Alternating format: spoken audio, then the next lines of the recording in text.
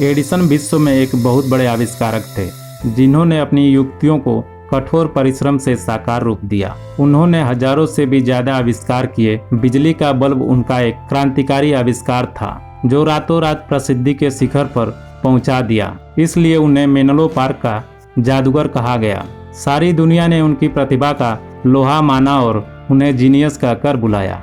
Thomas Alva Edison का जन्म 11 फरवरी 1847 में मिलान में हुआ था। सन 1854 में एडिसन जब 7 बरस के थे, एक बेहतर जिंदगी की तलाश में पूरा परिवार पोर्ट ह्यूरोन मिशिगन चला गया।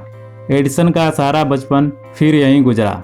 यहाँ उन्होंने कुल 12 सप्ताह पब्लिक स्कूल में गए।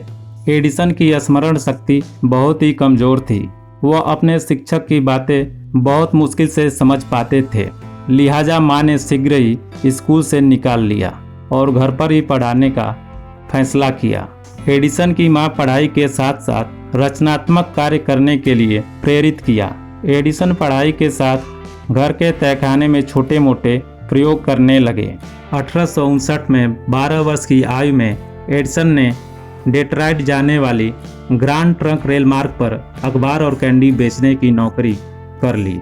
साथ ही द ग्रांड ट्रंक हेराल्ड नाम से अपना स्वयं का अखबार भी शुरू किया। अब अच्छी खासी आमदनी होने लगी। दुर्भाग्य से एक हादसे में यह सब कुछ बर्बाद हो गया। इसी बीच वो बहुत सारी कंपनियों में काम किए, पर अपनी उटपटांग हरकतों से उन्हें कंपनियों से निकाल दिया जाता था। अपने खाली समय में एडिसन चीज़ों को उठाते और परखते रहते थे, आखिर वह कैसे काम कर रही है। अंत में उन्होंने खुद की चीज़ें ईजाद करने का फैसला किया। अपने पहले आविष्कार में इलेक्ट्रिक वाट रिकॉर्डर की विफलता के बाद एडिसन एकाग्रचित होकर काम करना चाहते थे।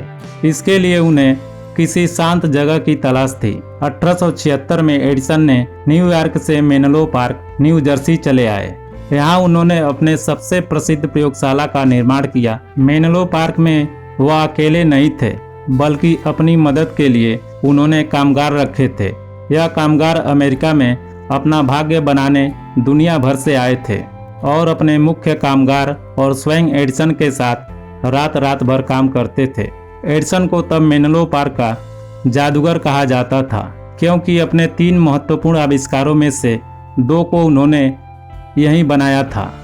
फोनोग्राफ एडिसन का सबसे पसंदीदा आविष्कार था। यह पहला यंत्र था जो किसी की आवाज़ को दर्ज कर वापस लौटाता था।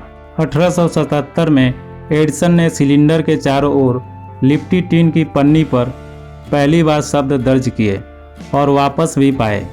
इस आविष्कार से उन्हें अंतर्राष्ट्रीय ख्याति मिली, पर बर्लिनर द्वारा विकसित ग्रामोफोन ने फोनोग्राफ की जगह ले ली।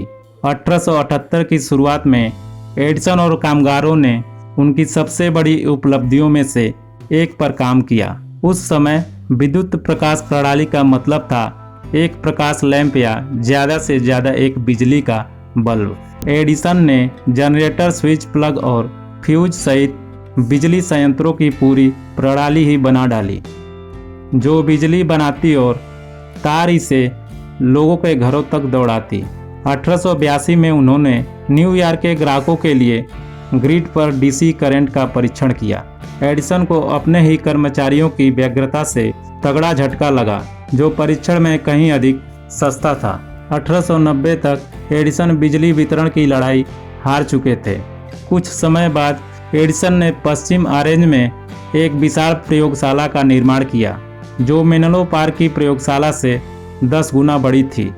वास्तव में यह दुनिया की सबसे बड़ी प्रयोगशालाओं में से एक थी, जो एडिसन जितनी ही मशहूर थी। एडिसन ने अपने 1093 पेटेंट की आधी कमाई पश्चिम ऑरेंज में कमाई थी। एडिसन ने न केवल फोनोग्राफ को कई बार सुधारा, बल्कि एक्सरे, स्टोरेज, बैटरी और दुनिया की पहली बोलने वाली गुड़िया पर भी काम किया। पश्चिम ऑरेंज में उन्होंने अपने महान विचारों में से एक चलचित्र पर भी काम किया। इन आविष्कारों ने जीने का तरीका ही बदल दिया, जिसे आज भी हम अपने जीवन में देखते हैं। अपनी 84 वर्ष की आयु तक 18 अक्टूबर 1931 को अपनी मृत्यु तक एडिसन यही काम करते रहे। उस समय तक सारी दुनिया ने एडिसन की प्रतिभा का लोहा माना। लेकिन एडिसन जानते थे केवल एक अच्छी युक्ति पर्याप्त नहीं है, बल्कि सपनों को हकीकत में बदलने के लिए कठोर परिश्रम की जरूरत होती है। यही कारण है एडिसन का कहना है, प्रतिभा 1%, प्रेरणा और मेहनत 99% है। दोस्तों, हमारे चैनल को सब्सक्राइब करें और वीडियो को शेयर करें।